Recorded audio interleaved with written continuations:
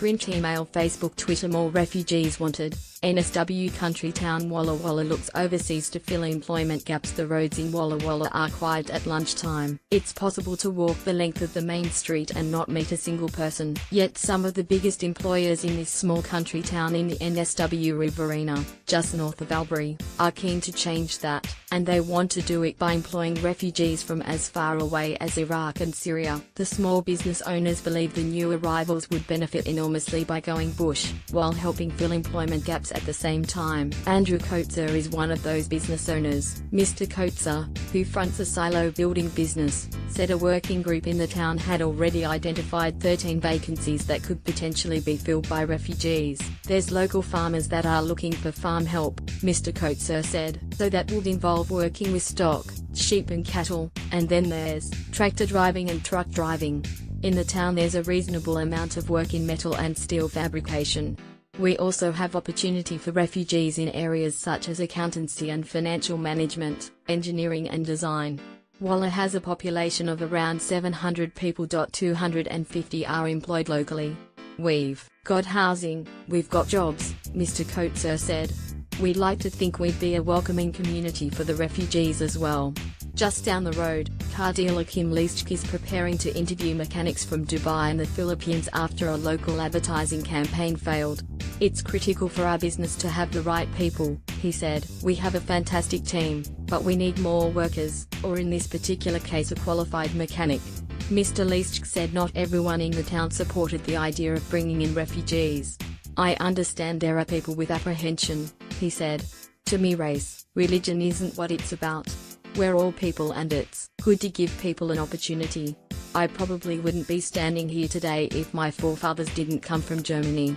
A new life. An hour's drive north, the ABC met a local Iraqi family experiencing only their second day in Australia who had touched down in Walla Walla to begin a new life. Two small boys started about the airport as a young Iraqi woman greeted the family, presenting them with colourful roses before they were whisked away by a support team from the Red Cross. That young woman was 29-year-old Soriaz Kero. The Yazidi woman, now an interpreter at the local DAF, fled her town of Shekan, north of Mosul, in 2016 when the Islamic State group came within 10 kilometers of her home.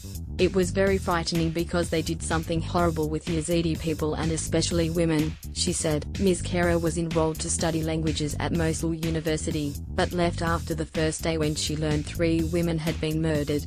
There were many young ladies killed because they were wearing free clothes and they had a religion that was different to most other students at that university. So they hated them and just killed them. Ms. Kero said the best thing about being in Australia was simple. We felt free for the first time, she said. People don't ask us about what religion we have, they just see you as a person, same as them. Nothing is hard in Australia because everything is by law and the law is for everyone, not just for someone. And while Ms. Kero was enjoying country life, her brother had to look to Sydney for work. Many Yazidi people don't speak English or they are still learning, so it is hard to get a job, she said. Country isolation?